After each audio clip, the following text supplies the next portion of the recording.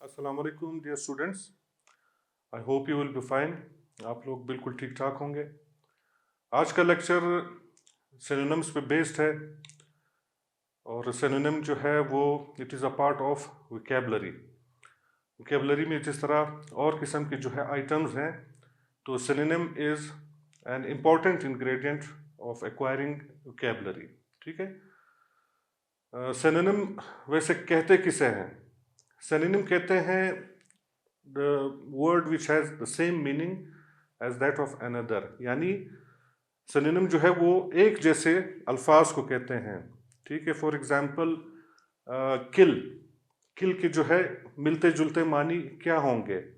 Die, dead, to beat to death. ठीक है।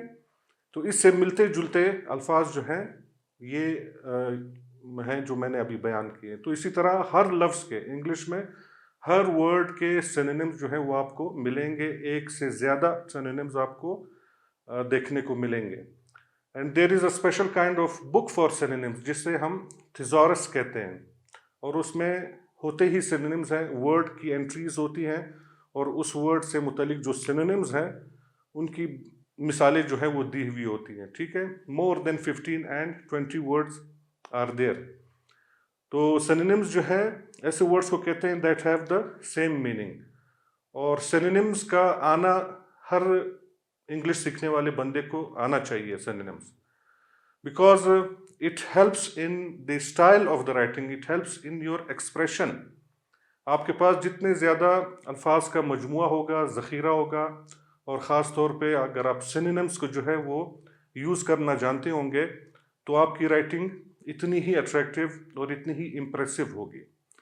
तमाम जो अच्छे राइटर्स हैं, आला पाए के जो राइटर्स होते हैं, वो सिनोनिम्स का जो है वो बेदरेग इस्तेमाल करते हैं, और जिससे जो है वो अपना डिज़ायर्ड इफ़ेक्ट जो है वो अचीव करते हैं। तो आइए सीखते हैं कि सिनोनिम्स जो है वो कैसे होते हैं, और उसमें से एक्सरसाइज जैसे कि आपकी बुक में दिया हुआ एक्टिविटी दी हुई है, इन सिनोनिम्स में से आपने जो है ऑड वन को जो है वो अलग करना है। ऑड वन यानी जो कि उससे मुख्तलिफ हो, उस जैसे मानी नहीं रखता हो। ठीक है। मिसाल के तौर पे 5-6 अल्फाज हैं, सिनोनिम्स हैं, उसमें आपने देखना है कि कौन सा वर्ड जो है वो गैर मुतल्लिका वर्ड है, जो बिल्कुल उसके मीनिंग को पोर्ट्रे नहीं कर रहा होता। ठीक है। So let us start from the first one. So let us do the activity which has been given in your book, और इससे हमें जो है वो अंदाज़ा हो जाएगा कि सिनोनिम्स जो हैं वो किस तरह के वर्ड्स होते हैं। ठीक है। और उसके फिर बदले में यानी ऑपोजिट एंटोनिम्स जो है वो क्या होते हैं। एंटोनिम्स सिंपली हम कह सकते हैं ऑपोजिट ऑफ एनी वर्ड। ठीक है। अल्फाज मुतजाद जिसे हम कहते हैं, तो एंटोनिम इज द मुतजाद ऑफ एनी वर्ड। तो सबसे पहला वर्ड है परपेचुअली। परपेचुअली के मानी है मुतवातर। ठीक है। कंटिन्यूअसली कोई काम जो है आप करते हैं। ये जो बाकी 4 हैं ये मीनिंग दिए हुए हैं, इसके सिनोनिम्स दिए हुए हैं, मगर इसमें एक वर्ड ऐसा भी है जो बिल्कुल सिनोनिम नहीं है, वो बिल्कुल उसके या अपोजिट है या कोई और वर्ड है which is an odd word. ठीक है।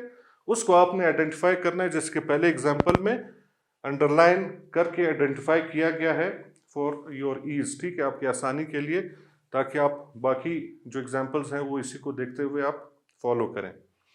तो परपेचुअली के जो है मानी कॉन्स्टेंटली, कॉन्स्टेंट भी जो है परमानेंटली मुतवातर को कहते हैं। कंटिन्यूअली भी इसी को कहते हैं, यानी रुक रुक के कोई काम जो है जब जारी होता है, हो रहा होता है, that is called as continually. ठीक है।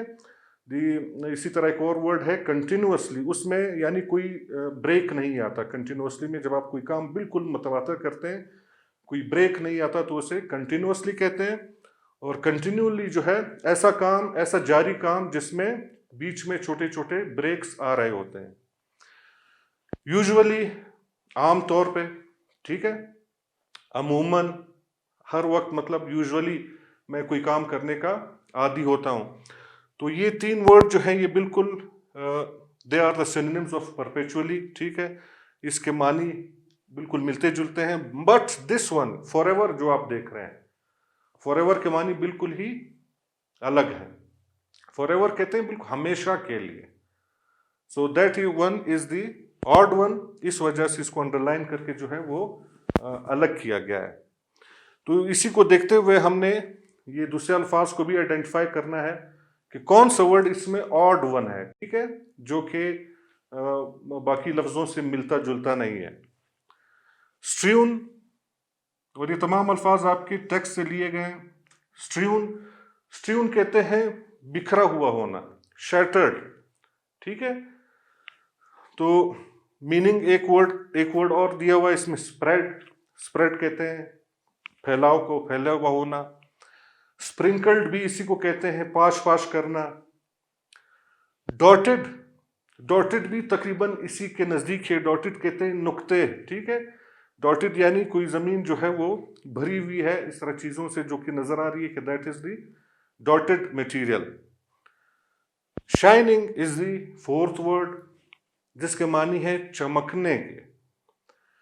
तो आप अंदाजा कर सकते हैं कि इसमें जो शाइनिंग का वर्ड है वो मिलता जुलता नहीं है इन वर्ड के साथ, खासतौर पे स्ट्रियून। स्ट्रियून कहते हैं बिखरे हुए होने को, चमकदार चीज को नहीं कहते हैं। So the shining word is the odd one.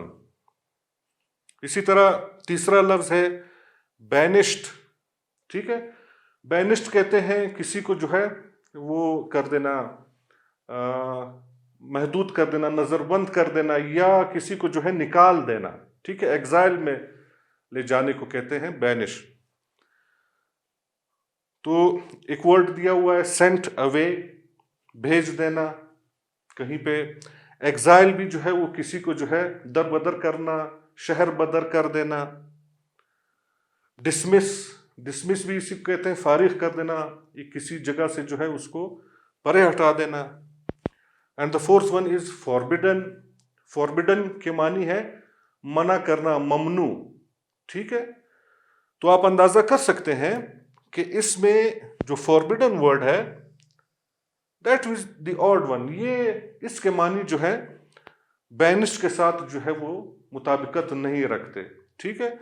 So we have underlined the word forbidden which is the odd one. The fourth word is scold, ठीक है। स्कोल्ड कहते हैं डांटने को,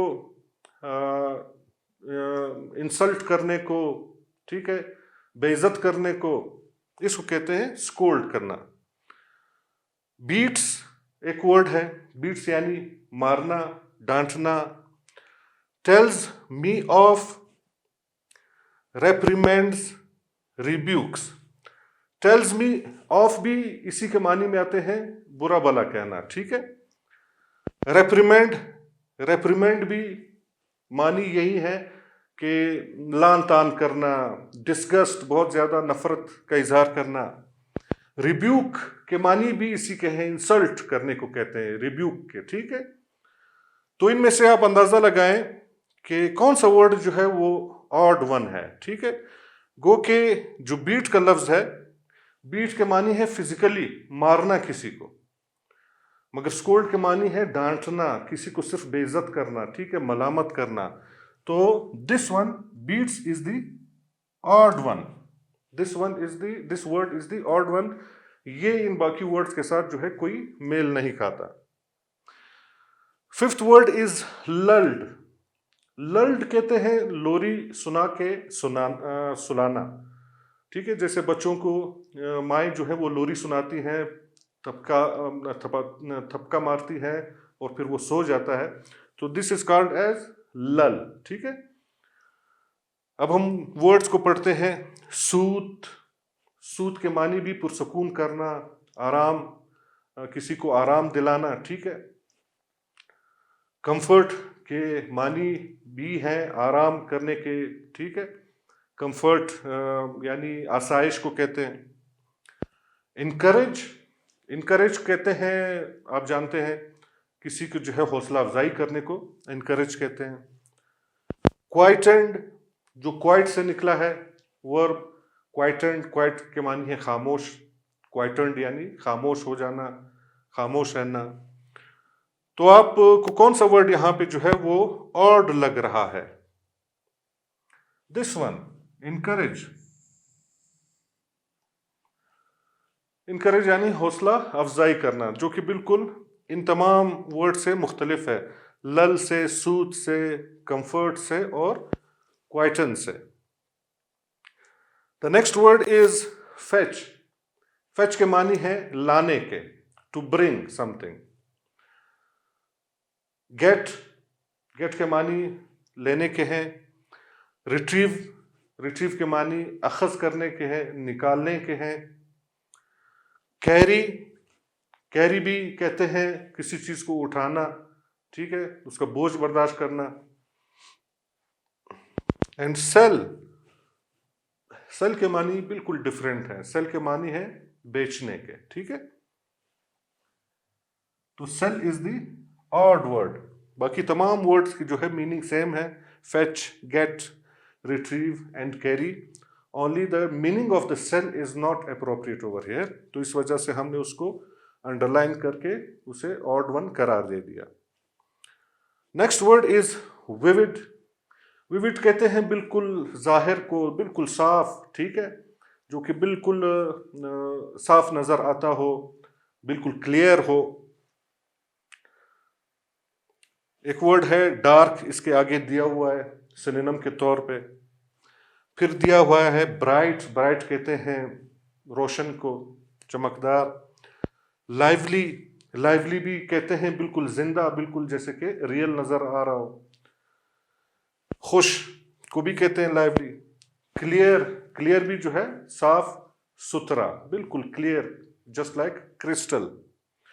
तो इसमें से आप अंदाजा लगाएं कि कौन से वर्ड जो है वो विविड से, विविड के करीब है, और कौन सा वर्ड जो है वो बिल्कुल इसके बरक्स है। तो हम देखते हैं कि जो वर्ड डार्क है वो बिल्कुल इसके बरक्स है। विविड, जैसे मैंने आपको बताया, इसका मानी है बिल्कुल क्लियर, बिल्कुल वाज़े, साफ। सो ब्राइट, लाइवली इवन आ सकता है, क्लियर आ सकता है, but not the dark one, ठीक है। तो फिर हम इसको पॉइंट आउट कर देंगे। नेक्स्ट वर्ड इज पिटी। पिटी रहम खाने को, रहम करने को कहते हैं। इससे मिलता जुलता लफ्ज सिंपथी है। सिंपथी भी हमदर्दी को कहते हैं, ठीक है। रूड कहते हैं बदतमीज को, यानी जो बिल्कुल पोलाइट ना हो, रूड हो, ठीक है। पोलाइट के ऑपोजिट को रूड कहते हैं। कंपैशन, कंपैशन भी जो है वो रहम दिली को आप कह सकते हैं, तरस खाने को। टेंडरनेस, टेंडरनेस नर्म नाजुकी, ठीक है, शाइस्तगी।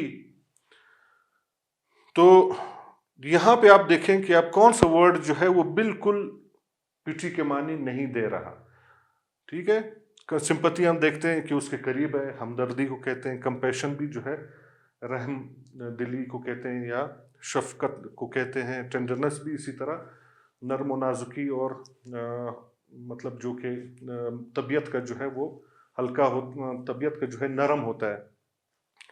सो this one, the rude one, this rude one is not appropriate over here, it can not be called as its synonym, ठीक है। तो रूड वन जो है ये ऑड वन है।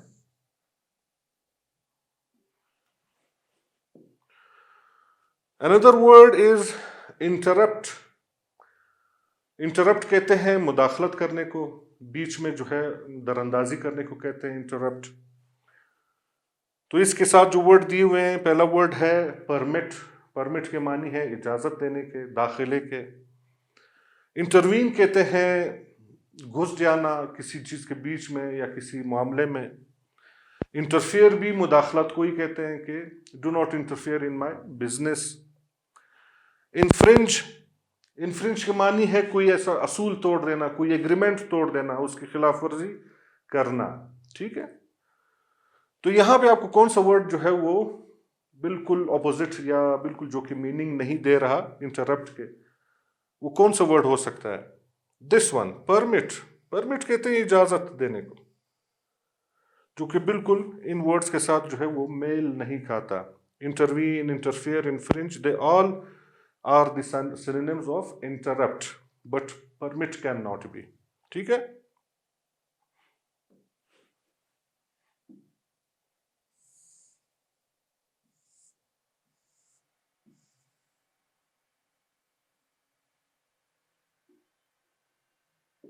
The last word is crumple. Crumple जैसे हमने unit में पढ़ा, जब वांका लेटर लिखता है तो वो एक क्रम्पल्ड पेपर को अपने सामने फैला के लिखता है। क्रम्पल कहते हैं हाथ में दबा हुआ, बिल्कुल जिसमें सलवटें जो है वो पड़ चुकी हों। ठीक है, क्रीजेस जिसमें पड़ चुकी हों। हाथ की मुट्ठी में जब आप किसी कागज़ को या किसी भी ऐसी नरम चीज़ को, नोट हो, तो आप हाथ में दबाएंगे तो वो जिसमें सलवटें पड़ जाती, that is called as crumpled.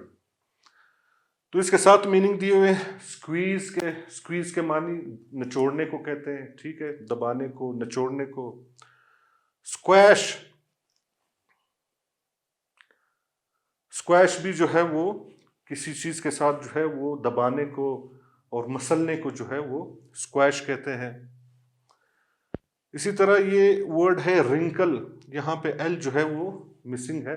Wrinkle भी जो है वो झुर्रियों को कहते हैं, यानी सलवटों को कहते हैं। ठीक है, ख़ास तौर पे पीपल के लिए रिंकल्स ऑन हिज फेस, यानी उसके माथों पे जो है वो झुर्रियाँ थी। And the last word is fresh. Fresh के मानी आप जानते हैं, बिल्कुल ताज़ा को कहते हैं।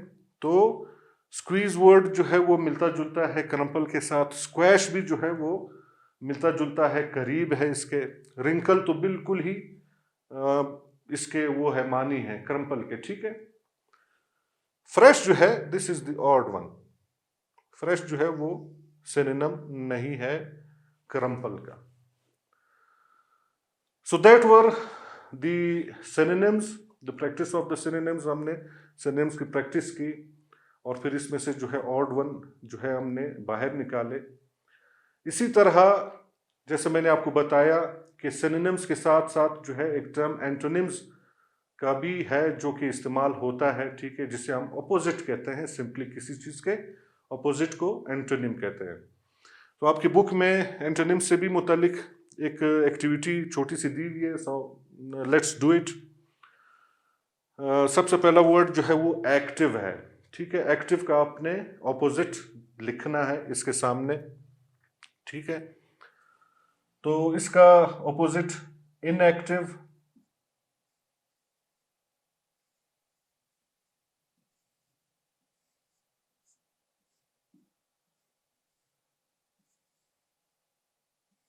डल,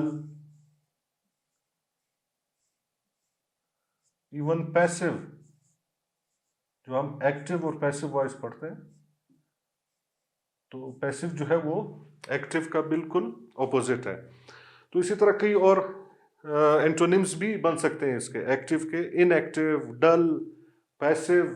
ठीक है, स्टेशनरी, यानी जो कि अपनी जगह पे जो है वो खड़ा हुआ हो, जो कि हिलता नहीं हो। सो इस तरह बेशुमार, जिस तरह सिनोनिम्स बेशुमार हम जो है वो किसी वर्ड के साथ लगा सकते हैं, इसी तरह एंटोनिम्स भी जो है वो बेशुमार बन सकते हैं इसके। Afraid, another word is afraid. इसका जो है आपने उलट जो है वो लिखना है। तो अफ्रेड का जो है वो अपोजिट क्या होगा? बेखौफ, फियरलेस। फियरलेस, ब्रेव भी आप लिख सकते हैं, अनअफ्रेड भी लिख सकते हैं।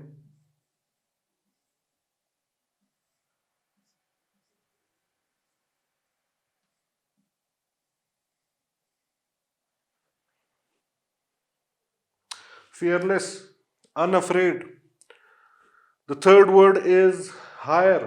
hire कहते हैं किसी को काम पे रखना, किराए पे समझ गए, या तनख्वाह पे। तो हायर कहते हैं इस चीज़ को। हायर का उलट जो है वो फिर क्या होगा? यानी किसी को काम पे रखना, और इसका उलट होगा काम से निकाल देना। मिसाल के तौर पे fire, to fire somebody from his job, और डिसमिस।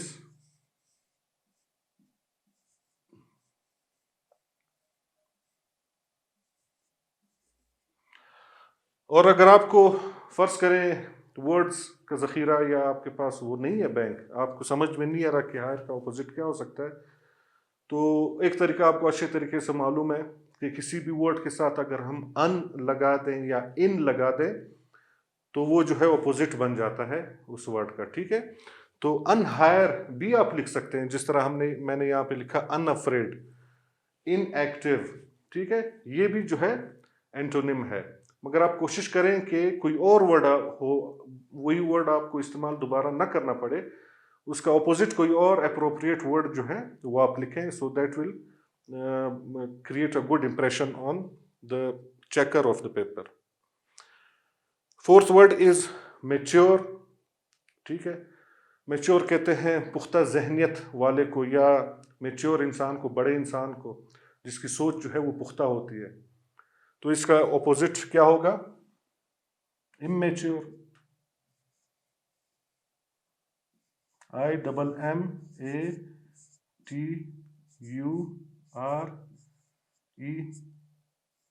एक और वर्ड भी है चाइल्डिश, ये भी आप यूज कर सकते हैं। ऑप्टिमिस्ट, ठीक है। ऑप्टिमिस्ट कहते हैं पुरुमीद को, ठीक है, जो कि उम्मीद रखता हो, जो कि किसी भी तस्वीर के रोशन पहलू को, रोशन रुख को जो है वो देखता हो, ठीक है, यानी जो मुर्दा ना हो। तो ऑप्टिमिस्ट का जो है वो ऑपोजिट जो है वो पेसिमिस्ट है, पेसिमिस्ट।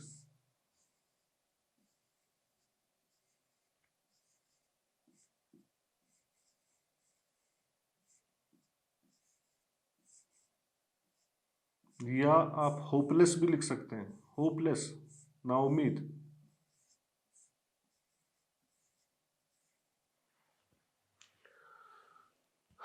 ग्लोरियस, ग्लोरियस कहते हैं बहुत ही आलीशान, शानदार, ठीक है।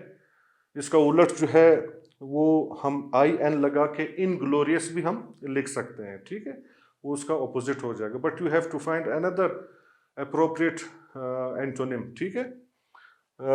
ग्लोरियस के लिए आप जो है ये भी लिख सकते हैं कि ऑर्डिनरी,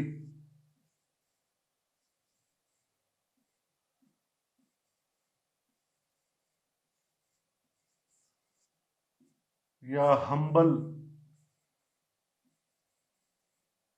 HUMBLE, हम्बल, ठीक है। हम्बल कहते हैं डाउन टू अर्थ को, ठीक है, जो कि आलिशान ना हो बल्कि बिल्कुल एक कॉमनर और बिल्कुल एक आम चीज को कहते हैं हम्बल। एंशियंट, एंशियंट कहते हैं पुराना, कदीम। इसका ऑपोजिट जो है या एंटोनिम जो है वो मॉडर्न हम लिख सकते हैं, या न्यू, या लेटेस्ट, ठीक है। कई अल्फाज हैं जो कि हम लिख सकते हैं।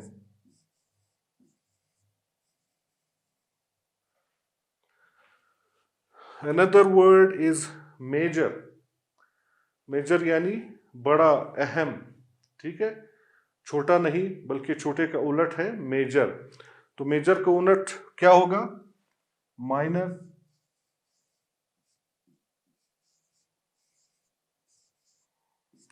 या स्मॉल, छोटा।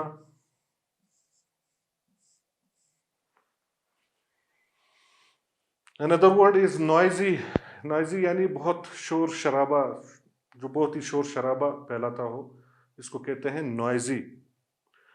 तो नॉइजी का उलट क्या होगा?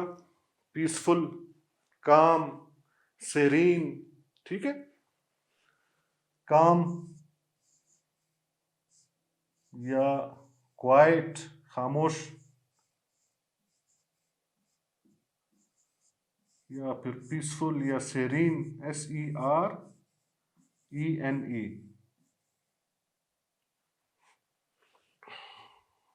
Another word is praise, the last word। Praise के मानी है तारीफ करने के, ठीक है। तो तारीफ करने का उलट क्या होगा? जलालत या जलील करना या बेइज्जत करना। So what will be the antonym of praise? Criticise, तनकीद करना,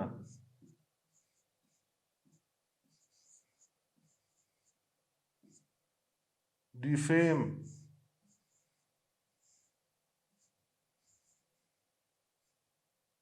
डिफेम यानी नाम खराब करना, बुरा भला कहना किसी को, स्कोल्ड जो कि पहला लफ्ज था आपके उसका. So these are all the antonyms of these words.